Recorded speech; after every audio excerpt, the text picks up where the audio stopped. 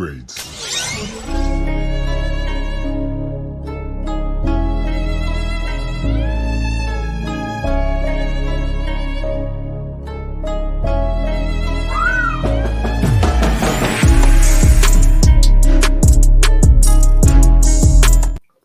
And welcome back again, ladies and gentlemen, to another JVS television review of the new, I'm going to say hit because people clearly going to watch the show, hit FX show, Class of '09. It's your guy Lucas here with my guy Supercell 0320. Keep on calling you that, especially this is a futuristic show, so I might as well use your futuristic name, sir. It only fits well to use that name. Well, you got it right this time, so it's all good. I'll leave it. That's fun. Today we're here to talk about episode 2. Episode 2 is called The Fitness Test, and we're going to jump directly into this episode as we start in '09, as we see Teo here extremely nervous about taking this fitness exam. I know it's not much to talk about here, but this is the first time in this show we've seen him be nervous. Yeah. Or unsure about what was going to happen. What did you think about just the beginning of this episode, and then just not going into details, but later on the progression of his character in this episode, where we see like just how unsure he is at times, and then we see the confidence build later on. Yeah, I love this episode for one, because you got to see two different sides to Teo. In the very beginning, like he's kind of like on this farm, you don't know what's going on, but it seems like he has it in control, but then he doesn't. And the parallel to that is the fitness test. Like he knows he can push himself, but he also knows that physically, he doesn't know if he's ready to be able to handle this. But it's kind of like he sees the world for what it is. He knows what's required of him. He doesn't know if his body can handle it. And I thought that it was very interesting parallel to see him kind of rise to occasion on a lot of different levels with this, but at the same exact time fail as well. So I think it's really fascinating. And then again, amazingly, because of the way this show moves with the time jumping, we jump immediately to the present time with Teo with his new partner, it seems here, Agent Munez, as they're talking about her assignment. As I love this line when he said, "Where did you want to go?" She said, "Miami. All agents want to go to places nice." And we see exactly where they are. But the more important part is this conversation they have in this car about them just going to question someone who's already been questioned by two agents. Right. One, what did you think this was going to lead to in this episode? Before we saw what happened, did you think that was even a possibility? Or did you think we were going to a more psychological thing than more of what we ended up getting? So I was curious to see what Teo's angle was. Was he going to use this rookie cop to kind of like sway her into a situation, or was he more so like calculating the odds? Like he's like, okay, I know what we have to do, but we got to play it smart, and I just need to get a read on him so I can be able to nail him. And I think that he kind of reluctantly had to do it with her progressively, but it was when he sat down and you could kind of see the guy had this pseudo wife and all these other minions, so to speak. It kind of felt like a cult almost. And it was weird because Teo was nerves of steel. Like he was sitting there drinking the tea, like it could have been poison. And his partner was looking like, something ain't right here. But she was telling too much. And it was irritating him because he didn't know, he couldn't account for what she may do.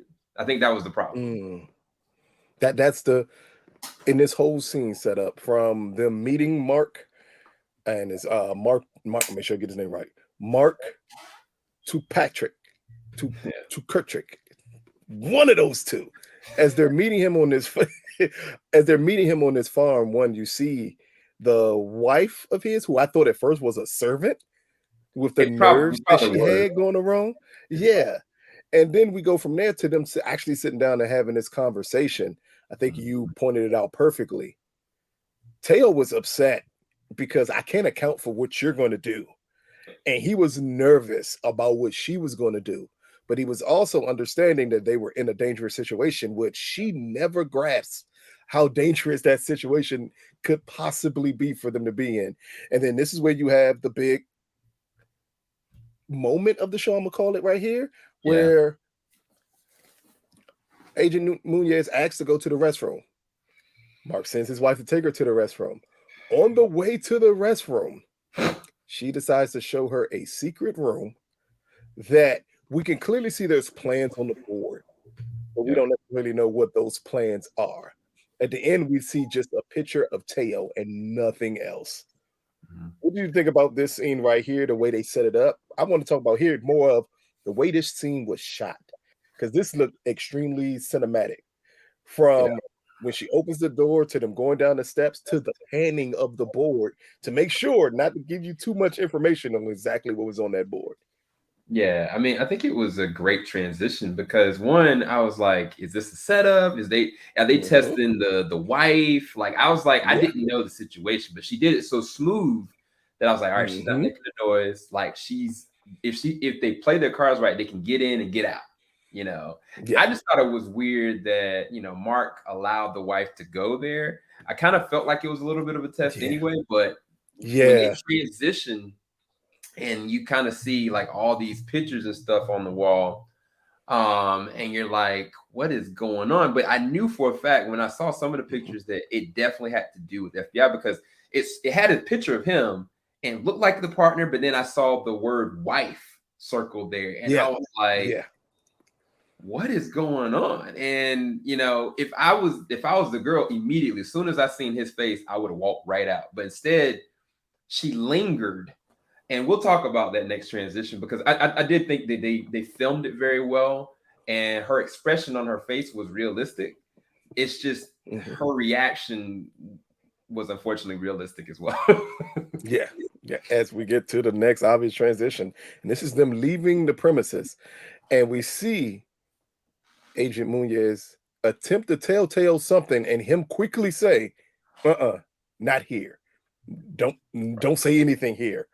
And then everything goes to kaput when the wife, Jessie May, which is a heck of a name for what appeared to be an Asian woman, Jessie May approaches Detective Nunez and immediately, immediately is killed on the spot. And we get here.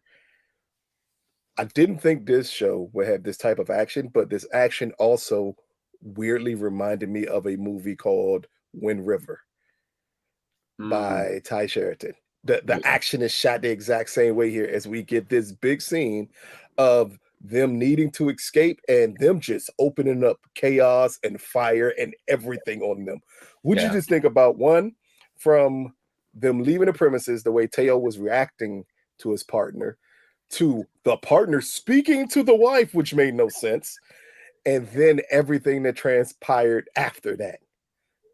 Yeah. So I knew when Teo was like, because she was about to tell him right in the house. I was like, no, don't say nothing. And so he was like, he Uh-huh. quieted it down. He's like, not here, not here. I was like, all right, cool. They in the car. When the wife walked out, I was like, y'all need to kind of dip out. If I was Teo, honestly, I would have locked the door and just dipped out because Yeah. what's gonna happen there? Like, for a fact, whether she had something to send off or whether or not she wanted, it's already evident the girl wanted to be out of there. She already Yeah. told her, I'm gonna come back for you. I mean, truth be told, she probably would have died as soon as they left, to be honest with you. Like, Yep. because they would have been Mhm. like, did you let her in that room? And that might have been why she left out of there, but they should have dipped. He should have, as soon as they got into that car, he should have locked the door and dipped out. But he didn't. He trusted her a little bit to make a sound judgment call, and she didn't make the good one. As soon as she went to that lady, I was like, they both got to get shot in the head. And he about to be hit. Yeah. Girl Mhm. got hollow pointed in the chest. The blood splatter hit into the partner. Partner got shot in the leg, and now they pin in. He had to drag her to the car. And I was like, yo, I don't know what's about to happen, right? Because they are surrounded. This is a compound. Like, I don't know how many people Yeah. in there. And it was just fascinating to me because, like, the way they shot it, I was like, Yeah. either one or two things are going to happen. Either one, he's going to kind of already have something prepared and he's going to call in for reinforcements to immediately come. But because Mhm. I knew for a fact, like, if that was the case, he would have been a little bit more prepared. He probably wouldn't even had her there at all. He probably wouldn't have by himself. There So I you was go. like, he Mhm. got no backup. So it's like, what is he going to do? Put up or shut up? When he went back to the back of the trunk, I was like, okay, Teo's about to get bucked. And I was like, okay, Teo is a whole pound. Like the way he kind of processed the situation, I was like, okay, he is the man, and I see why and how he got to where he's gotten. It's just so interesting to see the other parallel of him trying to just get through the fitness test. But I mean, seeing this, I was like, that man's a tactician. I think it was when he was posted up on the fence and Yeah, like gunfire was going. He was nerves of steel. Like he didn't move. Like he barely especially breathed. after killing the first two, because he caught the first two by surprise. Yep. It was that third one, and Yeah. that third one got off shots that were inches away from him. Right. And all he did was move his face slightly Yep. so no debris hit him. But Hmm. the gun never moved. Not at And all. he had it pinpointed on that guy, Joe. This was a great, again, I didn't think I expected this type of scene from this show. Right. But this is definitely type of scene that you need to understand. And again, it draws the parallels from when we go back to '09 for everything he had to do to get to this point where he could even pull off anything like this. But the next up in the scene is when he's just after he's killed all of them, him going back in that house and him Mm. attempting to get the information. And that's when we do see his picture. We see the thing circled with wife on there. We see there's plans, but because of the fire, they made sure to destroy enough of it where they couldn't pinpoint exactly what was going on here. I Yeah. thought that was highly important because it seems that with Mark getting away, that he has to play a big bad role somewhere Hmm. moving forward. That we see later on in the episode, but it was kind of foreshadowed here by him escaping and everyone else being murdered. That Right. this was deeper than just this one little compound. But next up, we go right back to '09 in the past. And here is when Teo, which I think everyone knew was going to happen, fails the PT test Yep. and then has 5 days to retest. What's interesting here, and what I want you to talk about is after he failed the test, the conversation between Poet and Our about Teo and about the person that Poet is. And what Mm. did you think about that conversation? Because that was a very good, interesting conversation between them two, having to explain why, because we know the past part of Poet because we saw from where she came from, of why she feels the need to do the things that Our was telling her that she does. Yeah. No, I thought it was perfect because even like the first episode, I kind of pinpointed. I was like, they're working towards the same thing, but they are completely different people. And it's Hmm. weird because the world needs both of them in certain constraints. And it's just fascinating them kind of looking at each other because he said something along the lines like, you so busy sitting here looking at me, worried about me, but I'm actually over here worried about you. And I was like, what in the world is he saying? Hmm. And then later on, of course, we transitioned to them kind of talking about what kind of person he is, the way he processes the world, what's happened Yeah. to him in the past, the person that struck him the first in his life, and what that did to him, and rationalize and understand everything. But yet she's the complete opposite, where her perception of the world, that's Yeah. his issue. That's his concern because her perception of the world is like everybody deserves a second chance. Everybody should be saved. And with Hmm. him, it's like, no, I gotta calculate the odds here. Like, we Hmm. can't allow people to work to their own devices, which is going to be another scene we'll talk about with the future, which is another great Yeah. transition to understanding his psychology and Yeah. also kind of his ideals, I guess. Exactly. But next up, we go to the future, and it's with Lennox and Poet. And this is where she tells Lennox everything that we saw happen at the end of episode one about knowing now that the FBI is watching her and understanding that Amos may have not been as crazy as he seemed to be, or that they were trying to make him out to be about everything that was going on. But he said something very interesting here. When Poet is questioning everything, he tells her to reach out to Hour. And she said they have not spoken 9 in years. 9 years. Right. What do you think?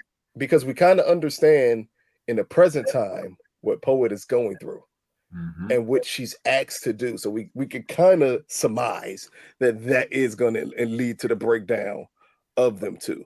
But this, what did you think about her here having this conversation with Lennox, who's retired, and her feeling this is the guy I can talk to about this because he's no longer in this? First off, I thought that was really naive of her. to be honest with you. And it goes back to what Teo said about her. Her perception is everybody deserves a second chance. Think it's the best of people. And I was like, yeah. you don't know if this man is still in it or not. Like, this is the same dude that told you to do an op on the FBI. You know what I'm saying? So it's like, I don't know what's happened in the past amount of time, 10 years plus, but you just openly telling him these things, especially in front of everybody. I was like, y'all in the future, like you saying this in the air, like you ain't using Yes. codes and nothing. I was like, you are way too trusting, poet. And it was kind of like for him to go and paint it back to I was like, I was suspicious of that whole entire conversation, and I was concerned about the naivete of poet. But the thing that I was thinking about is that op or whatever she ran with her ex roommate. I feel like the roommate has feelings for her, man. I don't know the levels of it, but it was something she said when they went to. I think they were talking about Teo, whether or not he would pass or whatnot, and she kind of was like, is this our first fight? And I was like, she kind of smirked it off, and I was like, she seems so drawn to Poet, and I think that she looks at Poet a lot deeper than what Poet understands. And I don't think Poet's leading her on, but I think that is probably the riff. I don't know what Poet had to do to get close enough to this girl, but I can believe that Poet may have led her on to break them officially apart. But we'll see, I guess. Yeah. But next up again, we ship right back to the past. We get quick little montage of Poet and Teo training. This is when Poet does tell Teo, I'm more worried about you while you're worried about me. But here we get to meet Tyler as he takes forefront here, as he is attempting to break an academy record. Once he barely fails at that to break the record, the next words out his mouth is, at least I'm the fastest white candidate here in history. And this leads to a confrontation between him and Teo. This was building up because uh, Tyler already believed that Teo had no chance of passing the physical fitness test, that he lied about ever passing that physical fitness test. So he already had disdain for Teo. What do you think about this confrontation between them two? And then Gabriel's response to them two fighting, which to me was the way more interesting part of it all, is his response to them two fighting. Yeah. So the whole confrontation, it makes so much more sense. Why? Because he was kind of like, I'm not your bully, you're not a victim. I was like, so what is Yep. it then? What do you care, bro? Like what are you trying to get at? Are you trying to weed this man out, or is it more something else? And then when he said what he said, I was like, you playing into your ignorance, man. And Teo just kind of, just like Teo does, like he's a tactician. He's like, I'm gonna let you play yourself. I don't got to Yeah. lift the finger. You're going to play yourself. And sure enough, he kind of outed himself a little bit. He tried to cover it up. And it's like, you talking about your own inadequacies. What about you? You about to fail. And it's like, well, that's the truth. It might. The next day, he probably is going to fail. Yeah. But then when Gabriel broke it up and he kind of was like everybody is missed except for this class. He's like, I don't care if $100,000 on each of you. And that's probably the truth, which is very Oh fascinating. no. That seems like a very, very low number, actually. I think it was Um, 100,000 up to that point, maybe, oh, but per shucks. recruit, it costs a lot more than $100,000 to train an FBI recruit. A Yeah. lot more. Ah, Heck, the well, background investigation alone is about 50 to 60, maybe more. that's ridiculous. But it was when he said, if he doesn't pass, or something along the lines, if you don't pass, nobody No passes. one passed. Yep. And I was kind of Mhm. like, is these mind games? Like, are they trying Oh to no. figure out the? So you think if He meant what he said. If he interesting. does not pass, no one passes. Because remember, in the end, you still have to look at each other like a team. Hmm. And the best way to do that is let all of you understand his failure is not just his failure. His Yeah, failure is everyone's failure. So yeah, if he fails, everyone fails. yeah. Anybody It's a that's good playing, way to build it where they don't tear each other down and yeah, you have to depend on each other. They kind of do yeah, the same thing in the army when you go through basic training and how they let you understand like this is a person, as Gabriel said, one day he could have your life in his hands. yep, you got to be able to trust each other at all costs, no matter what. So Yeah. I took him very seriously when he said that. But next up is the big conversation about racism as Poet arrives at Teo's room. As Teo said, I knew you would be the one that was going to come here.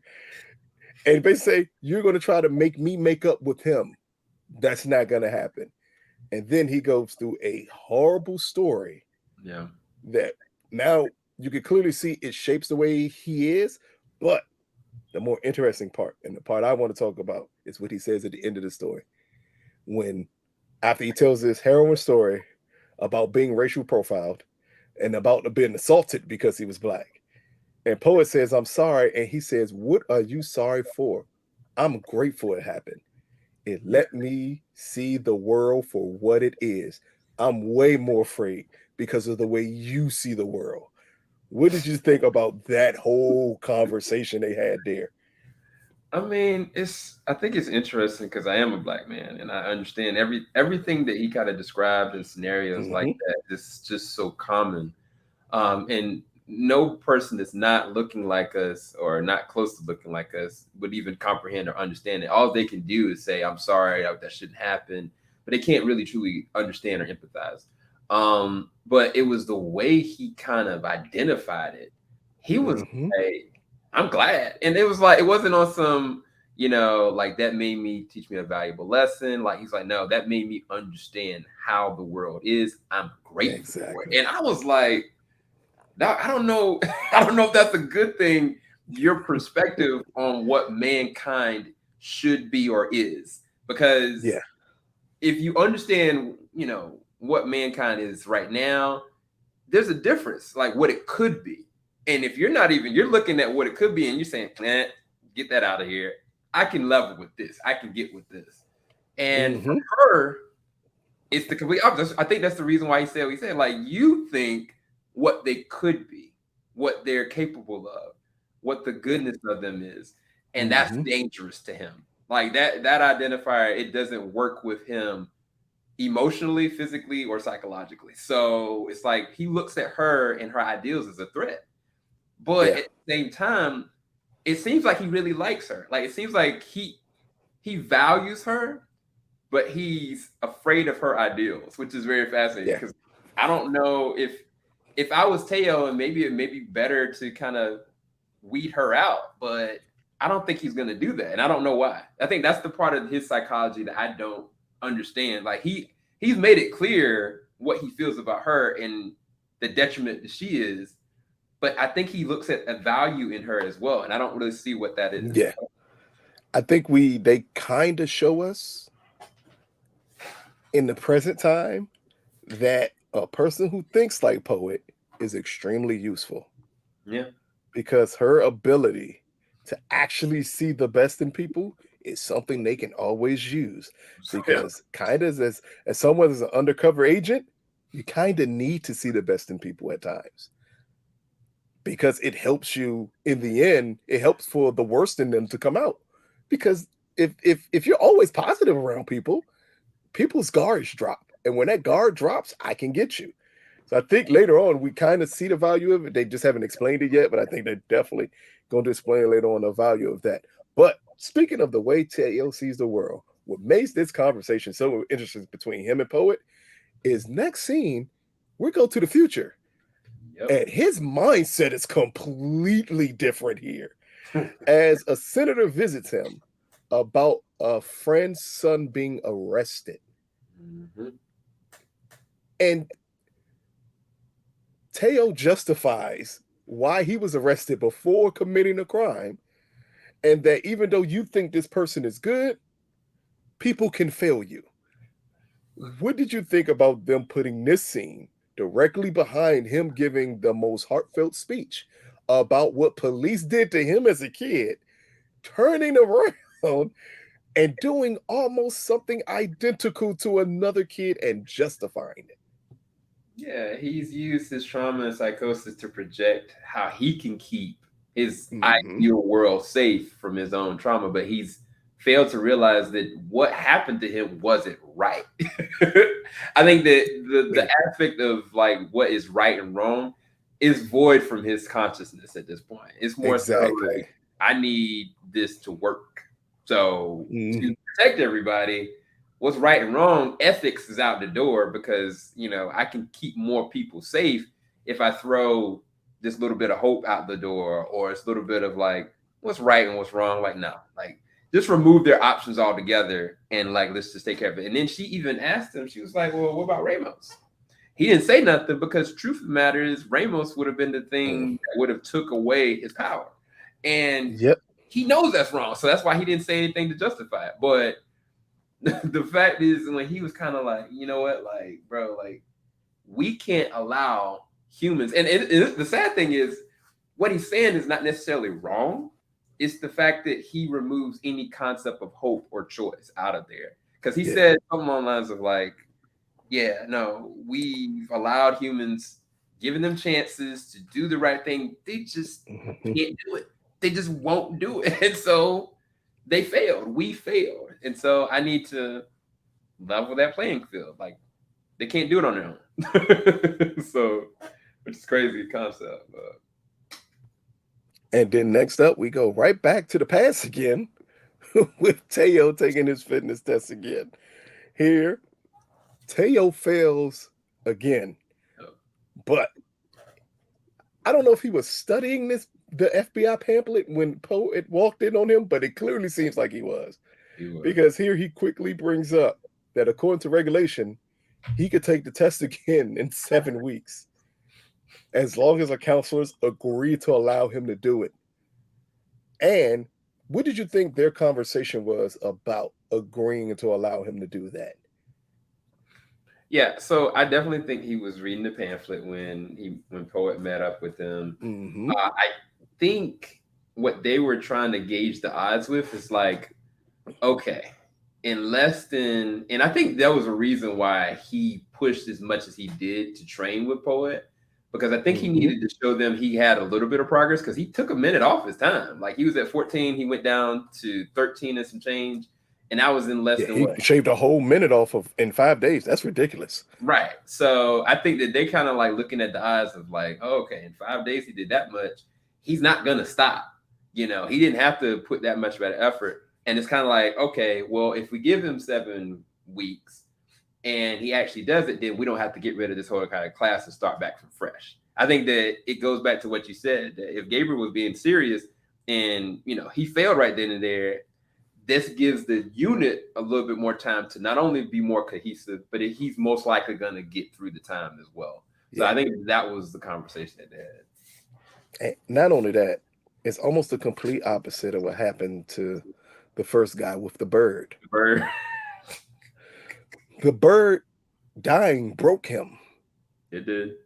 Teo failed twice and it didn't break him. Not at all. So I think when he said that, and the way Gabriel looked at him and then turned his back was more like, if this doesn't break him, if he's still willing to stick and say, I trained, I did it, he's giving you the reasons why, but then he's not using them as an excuse for him failing. He's using it as a reason. I think they then saw something like, oh, we have to have him test again because it's something there that could be, as Gabriel said at the beginning, I've had good classes, I've had great classes, but I've never had an extraordinary class. Right. So it has to be something in Teo he sees and he's thinking, I wonder what happens if I give him 7 weeks to push himself.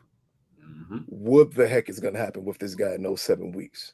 I think that was the most interesting part of it all to Gabriel. But the final thing that happens in this episode as we go to the present, and Teo is with Agent Munez in the hospital. Here she asks Teo in the end, was it worth it? Like it wasn't her fault she got shot. I was irritated by that question. But she asked Teo, was it worth it? And did they stop anything? Then she asks Teo, what do you think they're after? And he says, us. What did you think about this very short conversation and how they pinpoint it after and they show Mark's plan? Or this whole conglomerate, because it's not just Mark's plan, it's clearly a whole group that has this plan, whole conspiracy theory. What'd you think about this? And them basically letting us understand this is the focal point of the season. It's going to be this plot here. What you think about this whole setup from their conversation to the big reveal at the end? Yeah, I mean, it kind of goes back to, I think initially when they were talking about like, where she was going to be stationed, like in Miami, and then she was kind of asking him like, should we be doing this? And he was like, it's fine. I think that she used that as an excuse for what happened, but it was her own negligence in how she handled the procedure. And I mean, granted, like they are professional FBI agents, but she kind of acted out like in the field, like you can't gauge what the odds are going to be, but you can make good sound judgment, and she didn't make two good judgment calls at all. But that's beside the point. But what I'm saying is that when she kind of asked him like, did we change anything or did we start something? And I was like, actually, I don't know, because I think it was definitely planned, but I think that they were assessing him. The fact that he was on the wall at all is kind of like, okay, we gotta watch, we gotta see what this guy can do. And I mean, he showed what he can do. Like he showed his hand. He showed like what he knows. And I think it also goes back to the reason why he knows for a fact they were targeted is because of the wall. From what he could see, and even the drives they were getting wiped out, I think he knew. But it also, the weird thing is I can't remember if it was in the future. Yeah, it was in the future when they were going through the memorial, when Poet was talking to the old guy, and she was talking about like the worst thing kind of happened in history, like 45 FBI agents that were murdered, and they would never let something like that happen again. I think that is the moment that they're about to prepare for, which is about to be devastating. Yeah, that's a massive attack. So again, this is it, episode 2, the fitness test. Any final thoughts on this episode? Yeah, nah, for me, man, this was dope. I really enjoyed it. I thought that Brian Ty Henry nailed it and crushed it, which I knew he was going to be the highlight of this season, but I did not know action scene was going to be that dope. I was like, I want to see more of what Teo can do, to be honest with you. But I think the interesting thing is, as much as all of these different individuals are crossed, I think it'll be very fascinating to see them in a situation like that together, like all 4 of them. I'm really curious to see how they work together to survive, because obviously, of course, they all survived in the future, but what did they have to do? What did it cost for them to get there? And I think that's the little level blocks that they left in this one. Hey, this episode helped me understand why this is a 2-part season premiere. Because the first episode is the introduction to these characters. The second episode puts the whole season into focus, exactly what you're going to get here. And it does it from the past, the present, and the future of understanding these key elements of these storylines. So I think it's a very smart move to play these episodes back to back to debut the show. Because if you saw episode 1, you didn't see the action or this being the storyline for episode 2, or understanding that it will be the present that possibly plays the biggest portion of this storyline. Because I would expect it to be the future. So that into itself is very interesting that they're going down this angle with this show. But again, check it out. This show will debut right after episodes 1 and episode 2 drop. We'll drop our review and recap of episode 1 and episode 2. So check out the channel, like, subscribe. If you would like to do something in the super chat, I know it's a such thing as super chat. I know nothing about the super chat. You can donate to Lucas in the super chat. Just Lucas, though. Just put my name and put super chat on there.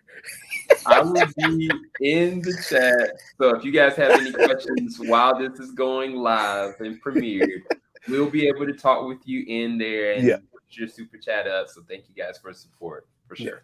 And again, let us know what you think about this episode. Let us know what you think about Teo and his motives moving forward and what this possibly could mean. Let us know what you think about Poet and Lennox and that conversation. Was that a smart move for her to have that conversation? And then let us know what you think about Mark and this ultimate plan.